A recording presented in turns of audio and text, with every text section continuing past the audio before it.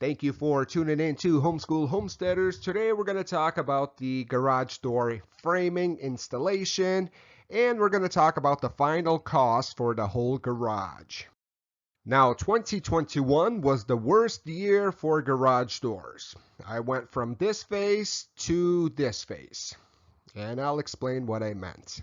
In my area, garage doors, according to code, have to be wind code rated W1, which means the doors can withstand gusts of winds up to 115 miles per hour, which means you are very limited on what color and style your garage doors can be.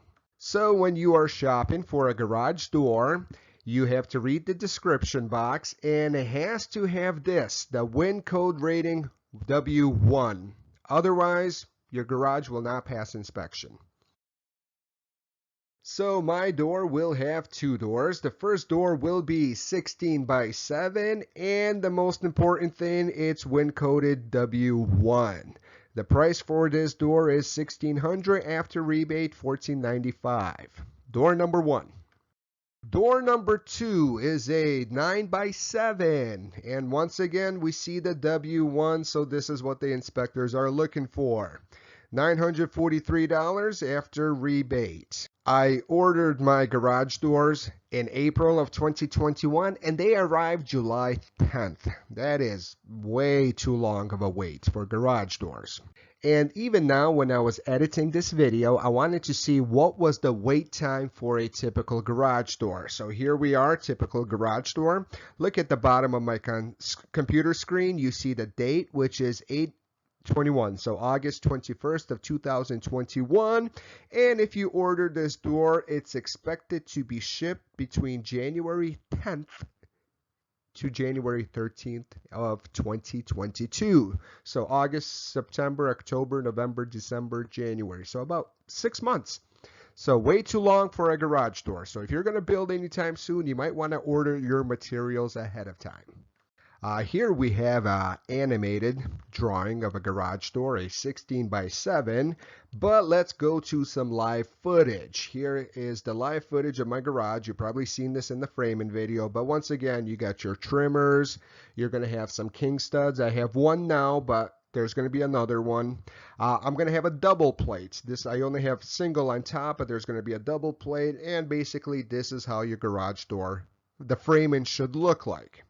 So the question is, what size opening should I have if my garage door will be 16 by 7? So here we are on the website. You notice I have a 1 by 6 by 8 white PVC trim. This is what I'm going to use the trim around my garage door on the final product. You could choose whatever you want. There's cedar, there's other 1/4 inch. So you have to know what trim you're going to use. I'm going to use this one, so I'm going to have to add 1 inch. It's 6 inches, but we're going to probably slice this down to make it fit. So if the garage door is 16 by 7, we're going to do 16 feet plus 2 inches because there's a trim on both sides.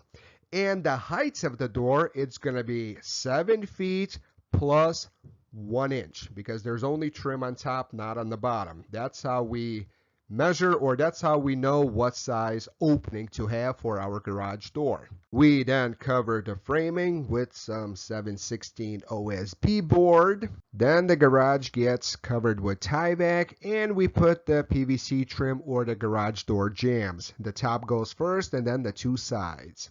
Here we have some live footage of me nailing the PVC trim. I use the nail gun, which is not recommended, and that's why very few nails, but I know how to cover up the holes properly. But this is how it looks. This is what goes on around the door of your garage. And this is how PVC trim looks like. You obviously start from the top and then you do the sides. And then there's going to be a 3.5 inch to the side. And I'm going to remind you, it is 1 inch exact. So down below, we're going to leave 1/4 inch gap below. So this is very important. This way, even though PVC does not rot, you still want it. And inside, this is how it looks. And obviously, there's going to be a 2 by 6. And once again, you have an option of what you want to do for the molding, but here I'm going to do the 3.5 white PVC trim around the garage door. Now the nice thing about PVC trim is you could trim it to make it flush, and then once you put this 3.5-inch PVC on the outside, you won't even notice. And we'll take a step back so you can see how white PVC trim looks like around your garage doors. Now back to my lovely animation. Here, imagine this is us inside the garage looking outside. So we're going to need a 2x6. On this side, we're going to need a 2x6 from here all the way to the top. We're going to need a 2x6 nailed to the header. And then either like a 2x8, a 2x10, whatever you have on hand, you will put it in the middle and you will nail it off. And this is where the garage door brackets will be attached to. So let's do a live footage. This is how a 2x6 should be nailed flush with the PVC trim, and the garage doors will be attached to it. Now we'll come to the other side. Same thing. You nail a 2x6. It's hard to tell, hard to see, sorry, but yeah, I painted it white, have no clue. There's going to be a little trim added on at the end. So this is what you want. Now I do want to draw your attention to the fact that you will need outlets for your garage door opener. I made them 10 feet from the garage door, which was kind of a mistake because fast forward when the garage door opener is installed, it's way too close. I did get lucky, but in the future probably I would prefer 11 or 12 feet away from the garage door. Now I do have a separate video dedicated to siding, but this is just a short clip so you can see how the LP siding runs up to the LP trim. I did stretch out a line every 4 rows or so because you do want it straight. Nothing worse when you have crooked siding. And so take your time when doing siding. Fast forward a few days and the siding is all complete and the garage doors are up. This is me walking on my lovely driveway. This is what you see when you pull up. And here is a close-up. This is how the garage door look like. They're white against blue on a beautiful sunny day. Now I will zoom in so you can see the close-up of the big door. And let's look at the small door. You notice the difference in the design. Yep, they sent the wrong door, but I can't wait 3 months for another door, so I just used it. And don't forget to put these flaps. They protect you from the weather and whatever.